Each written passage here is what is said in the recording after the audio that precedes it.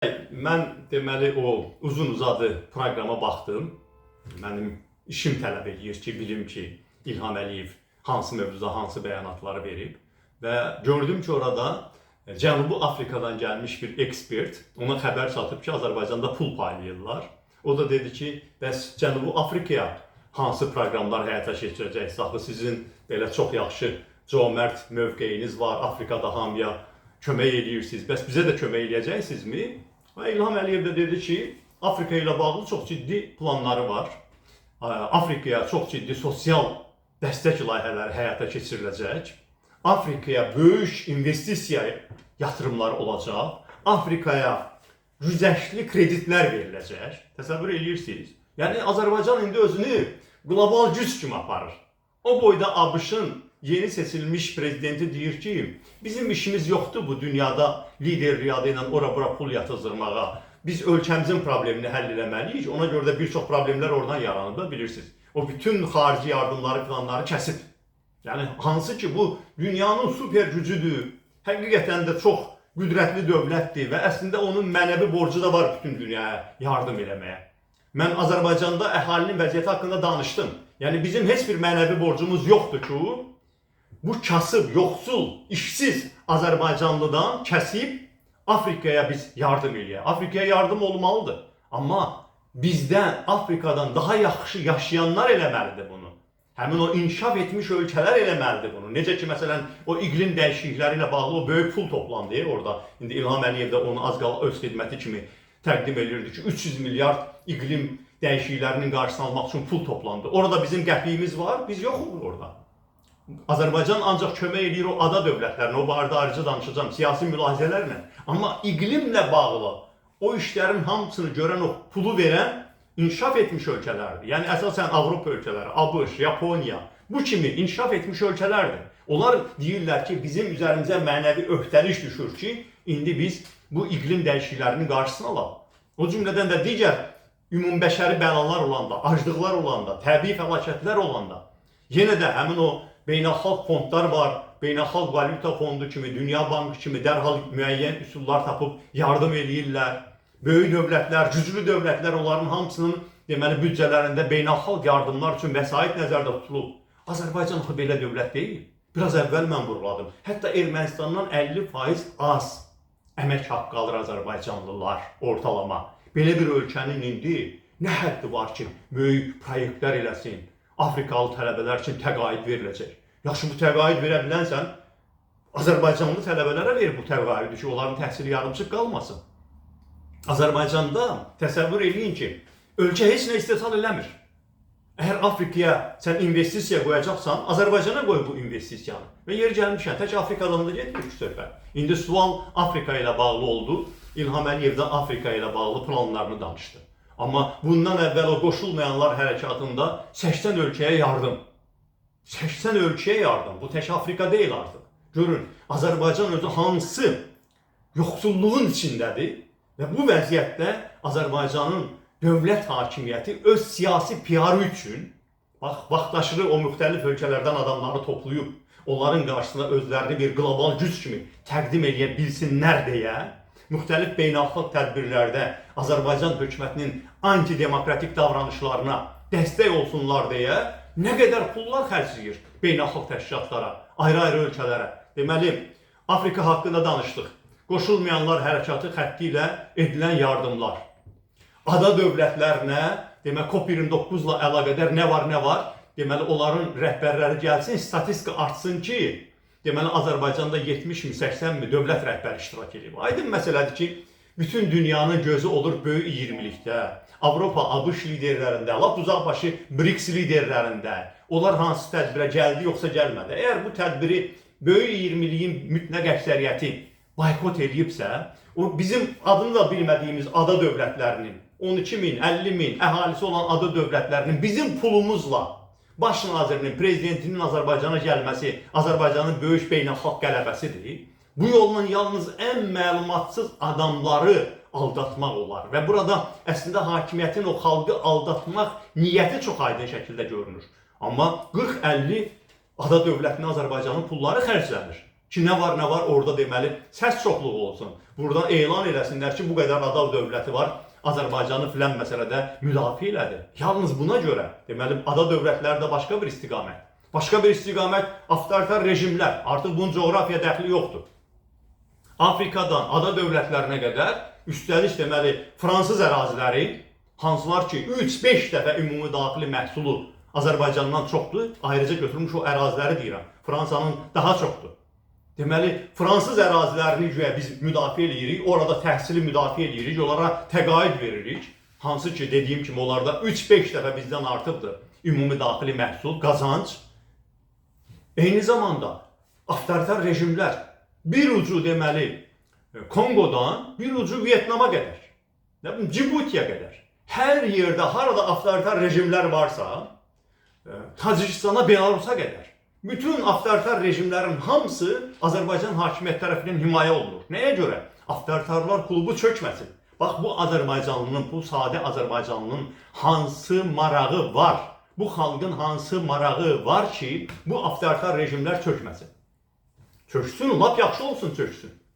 Əsədin rejimi getdi, pis mi oldu? Sabahları Maduranın rejimi də gedəcək. Onsuz da İlham Əliyev nə eləsə də bir gün Madura rejimi də olmayacaq. Lukashenko rejimi də olmayacaq. İmamoğlu Rahmanovun da hakimiyyətinin bir gün sonu olacaq. Deməli, bizim pullarımız görün hara gedir? Həmin o tək partiyalı komünist rejiminin davam elədiyi Vietnamda məktəb tikməyə. Adamdan soruşarlar axı. Bu ölkənin 1500 məktəbi sökülməyə namizəd ikən, rəsmən bunun artıq 400-ünü deməli bağlayacaqlar.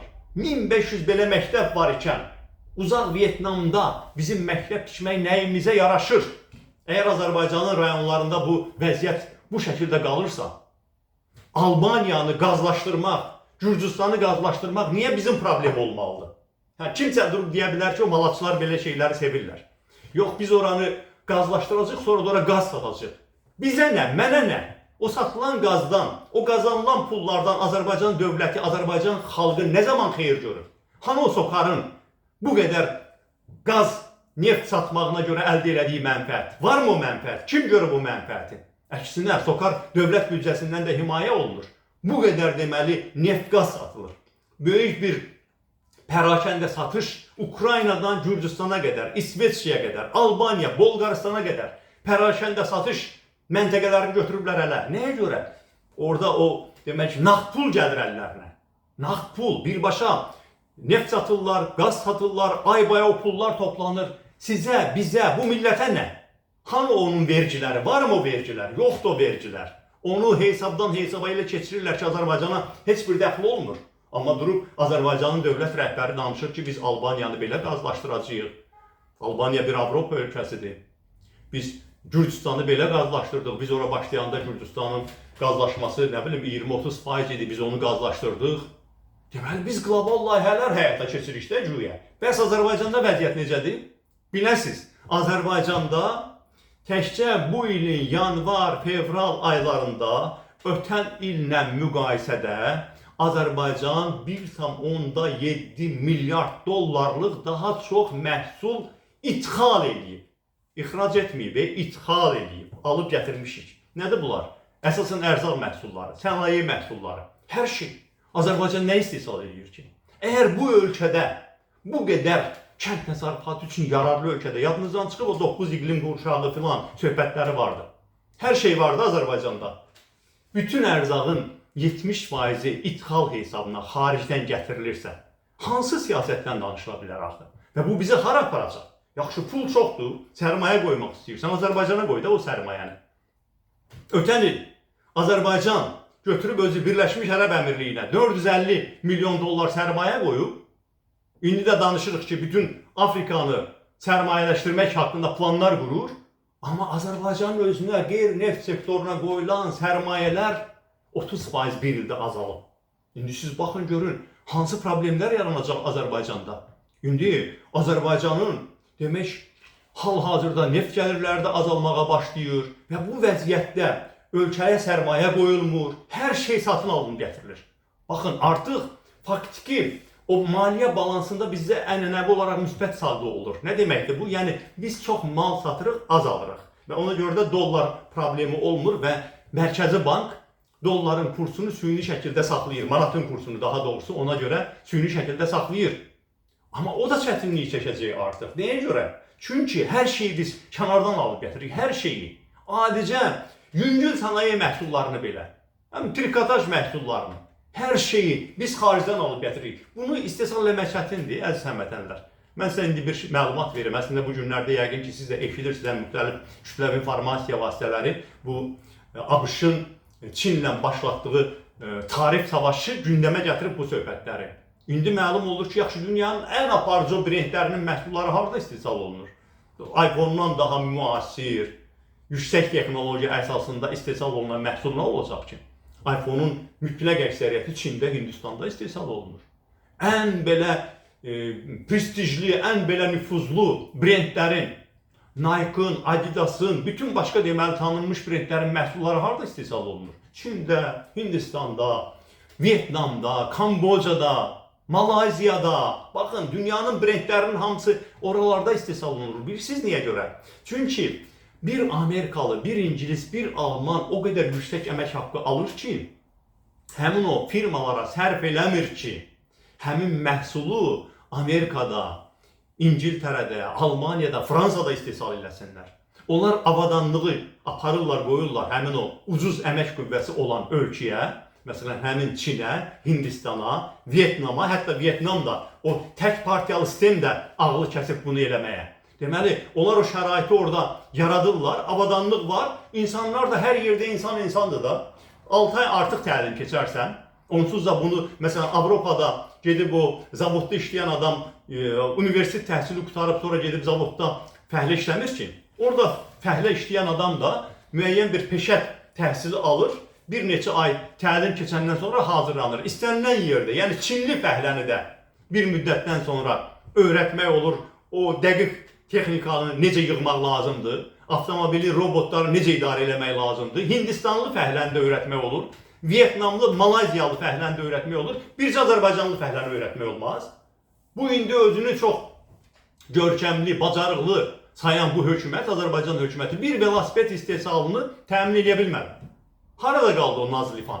Bəs yerli avtomobilimiz olacaqdı. Özbəkistanda, əziz həmvətənlər, ondan artıq məşhur avtomobil brendi öz məhsulunu buraxır. Əməlli başlı gözəl maşınlar buraxırlar. Təsəvvür edirsiniz? Mən indi daha inkişaf etmiş ölkələrdən misallar çəkmirəm. Özbəkistandakı avtomobil sənayesindən danışıram. Ermənistanda, Qazaxıstandakı yüksək texnologiya sənayesindən danışıram.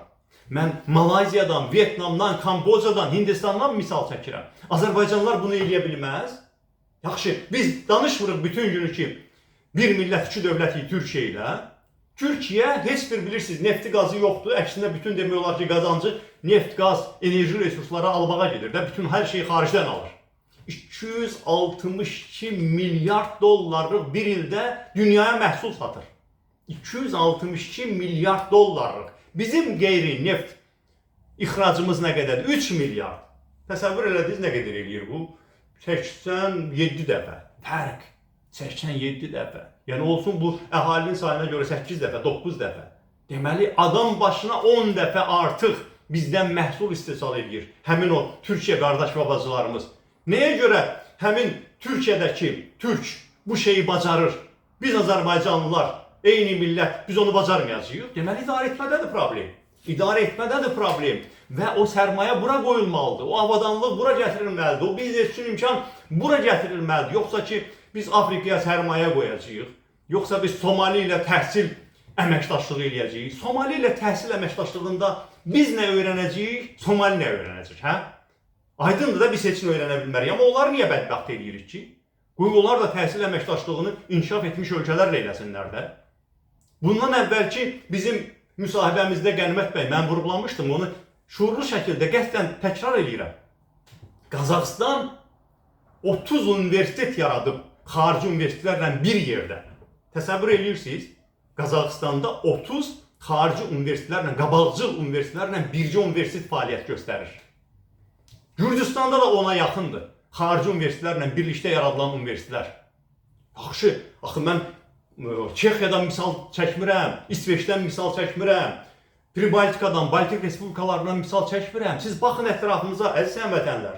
Qazaxıstandan danışıram mən, Özbəkistandan danışıram mən, Ermənistandan danışıram, Gürcüstandan danışıram, Malayziyadan danışıram, Vyetnamdan danışıram, Kambocadan danışıram. Siz baxın, görün bu ölkəni nə qədər pis vəziyyətə qoyublar bu adamlar.